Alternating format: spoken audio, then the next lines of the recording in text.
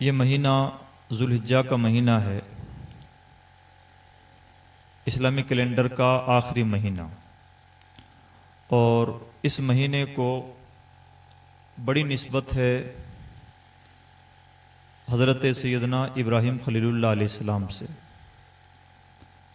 حضرت سیدنا ابراہیم خلیل اللہ علیہ السلام وہ بزرگ ترین ہستی ہیں جنہیں کئی ایک اسپیشل خوبیاں حاصل ہیں۔ پہلی خوبی یہ ہے کہ ہمارے نبی کے بعد روئے زمین کے تمام نبیوں و رسولوں میں، فرشتوں میں اور رسول فرشتوں میں سب سے بڑا مرتبہ حضرت سیدنا ابراہیم خلیل اللہ کا ہے۔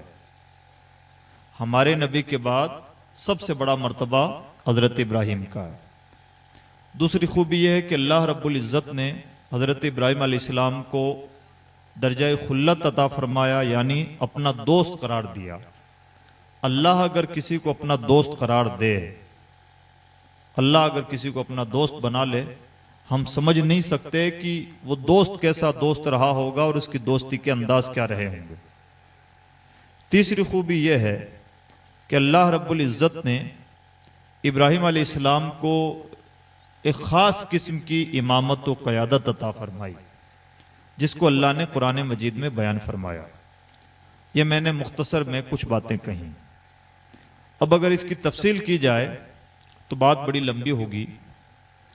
میں نے آپ کے سامنے جو آیت کریمہ پیش کی ہے، اس آیت کریمہ میں اللہ رب العزت نے اپنے نبی صلی اللہ تعالی علیہ وسلم سے فرمایا، اے نبی آپ یہ کہیں کہ میری نماز، میری قربانی، میرا جینا اور میرا مرنا اللہ کے لیے ہے جو پوری کائنات کو پالتا ہے۔ یعنی حضور سے کہا گیا کہ آپ یہ کہیں، تو حضور کو جو بات کہنے کے لیے حکم دیا گیا وہ بات وہی ہے جو حضرت سیدنا ابراہیم خلیل اللہ علیہ السلام نے اپنی زبان مبارک سے کبھی ارشاد فرمائی تھی۔ اور کبھی سے مراد آج کے دور کے اعتبار سے بات کیجئے تو تقریباً 5,500 سال کا ٹائم پیریڈ ہوتا ہے۔ یعنی 5,500 سال کے آس پاس کسی بندے نے ایک جملہ بولا تھا، اللہ رب العزت نے اس جملے کو اس طرح سے امر فرمایا کہ 4,000 سال کے بعد میں جب قرآن پاک نازل ہونے لگا تو اللہ نے وہی جملہ کوٹ کیا اور اپنے نبی سے ارشاد فرمایا کہ آپ بھی وہی بولی بولیں جو آپ کے جد اعلیٰ ابراہیم بولا کرتے تھے۔ اللہ کو یہ بات کتنی پسند رہی ہوگی کہ اللہ نے اس بات کو ہمیشہ کے لیے زندہ فرما دیا، اور حضور کے بعد قرآن پاک نازل ہونے کے بعد اب اس بات کی حیثیت یہ ہو گئی کہ یہ بات قیامت تک زندہ ہے۔ محرابوں میں یہ آیت پڑھی جاتی رہے گی، قربانی کے وقت دعا کے طور پر اس کی تلاوت ہوتی رہے گی، اور یہ امر ہے۔ یعنی ابراہیم کی زبان سے جملہ نکلا ہوا جملہ اللہ کو اتنا پسند آیا کہ اللہ رب العزت نے اس جملے کو امر فرما دیا۔ وہ جملہ کیا ہے، بات کیا ہے؟ اب ذرا سا میں آپ کی بہت توجہ چاہتا ہوں، جملے کا مفہوم سنیں اور اسی سے سمجھ میں آتا ہے کہ ابراہیم ہونا کیا ہے۔ ابراہیم ہونا کیا ہے؟ ان صلاتی و نسکی و محیای و مماتی للہ رب العالمین، میری نماز ہو، یعنی نماز سے ملتی جلتی کوئی عبادت ہو جس میں جسم کو محنت کرنی پڑتی ہو، یا نسکی میری قربانی ہو جس میں مالی طور پر کچھ ایثار کرنا ہوتا ہو، تو چاہے مالی عبادتیں ہوں یا جسمانی عبادتیں ہوں، بلکہ اور ایڈوانس لیول یہ ہے کہ میرا جینا اور میرا مرنا، ابراہیم کے الفاظ ہیں، میرا جینا اور میرا مرنا اس اللہ کے لیے ہے جو پوری کائنات کا پالنہار ہے۔ میری نماز، قربانیاں، میرا جینا مرنا اللہ کے لیے ہے جو پوری کائنات کا پالنہار ہے۔ ابراہیم علیہ السلام نے یہ جو بات ارشاد فرمائی، ایسا نہیں ہے کہ رو رو میں بول گئے ہیں، جذبات میں کہہ گئے ہیں، یا بڑ بولے آدمی تھے کہ مبالغے کے طور پر بول گئے ہیں۔ اگر اللہ کے خلیل نے یہ بات بولی ہے تو یہ ایک دعویٰ ہے، ان کی پوری زندگی اس دعوے کی دلیل ہے۔ ان کا جینا مرنا اللہ کے لیے، اور یہی ابراہیم ہونے کا راز ہے۔ ہم ابراہیم علیہ السلام کو الگ الگ اینگل سے دیکھتے ہیں. ہمیں یہ تو نظر آتا ہے کہ ابراہیم علیہ السلام کے لیے نار نمرود گلزار میں تبدیل ہو گئی, آگ ٹھنڈی ہو گئی, لیکن ایسا نہیں ہے کہ یہ صرف ابراہیم کے ساتھ ہوتا ہے. کسی کے اندر بھی ابراہیمی مزاج پایا جائے تو اللہ رب العزت اس کے ساتھ ایسا ہی کرتا ہے. اقبال نے اسی لیے بہت سٹیک ترجمہ کی ہے, آج بھی ہو جو ابراہیم سا ایما پیدا, آگ کر سکتی ہے انداز گلستان پیدا. حضرت ابراہیم علیہ السلام نے کس طرح سے اپنا جینا مرنا اپنے رب کے لیے کیا. ابراہیم علیہ السلام کی جوانی, ابراہیم علیہ السلام کا مال, ابراہیم علیہ السلام کا بڑھاپا, ابراہیم علیہ السلام کے ذہن کی قوت, ابراہیم علیہ السلام کے جسم کی طاقت, ابراہیم علیہ السلام کا اقتدار, اللہ رب العزت نے آپ کے زبان پہ جو تاثیر عطا فرمائی, وہ سب کچھ ہمیشہ اللہ کے لیے قربان کرتے رہے. عالم یہ ہے کہ بڑھاپے میں اگر اولاد بھی نصیب ہوئی, خواب میں جو بات کہی گئی اس خواب کی بات کو بھی حقیقت میں تعبیر کرنے کے لیے تیار ہو گئے حضرت سیدنا ابراہیم خلیل اللہ علیہ السلام. اس طرح سے ابراہیم علیہ السلام کی پوری زندگی رہی. ابراہیم علیہ السلام کی جوانی میں کبھی آپ نمرود سے نبرد آزمائی کر رہے ہیں, اس سے مناظرہ کر رہے ہیں. بادشاہوں کی آنکھوں میں آنکھیں ڈال کے بات کرنا سستا سودا نہیں ہے. ہم اور آپ جانتے ہیں اگر حالات ٹیڑے میڑے ہو جائیں تو لوگ بیان دینے سے پہلے بھی سوچتے ہیں. آسان بات نہیں ہے بادشاہ کے سامنے بیٹھ کر کے یہ کہنا کہ میں تمہیں رب نہیں مانتا, میں تو اسے رب مانتا ہوں جو مردوں کو زندگی عطا فرماتا ہے اور زندوں کو موت عطا فرماتا ہے. اس نے اپنے انداز سے جو سمجھا وہ سمجھا, اس نے اس پر اپنا معارضہ پیش کیا کہ یہ کام میں بھی کر سکتا ہوں. اہل کفر کی عقل ہمیشہ چھوٹی ہوتی ہے, اہل ایمان کی عقل کا لیول ہمیشہ بڑا ہوتا ہے. ابراہیم علیہ السلام نے کوئی لمبی چوڑی حجت بازی نہیں کی, فوراً اس کا معیار سمجھ گئے اور انداز بدلا. ارشاد فرماتے ہیں میرا رب وہ ہے جو مشرق سے سورج کو نکالتا ہے اور مغرب میں غروب کرتا ہے, اگر تم بھی رب ہو تو مغرب سے نکال کے دکھاؤ. فبہت الذی کفر. قرآن کا یہ کہنا ہے کہ مشرک ہکا بکا رہ گیا.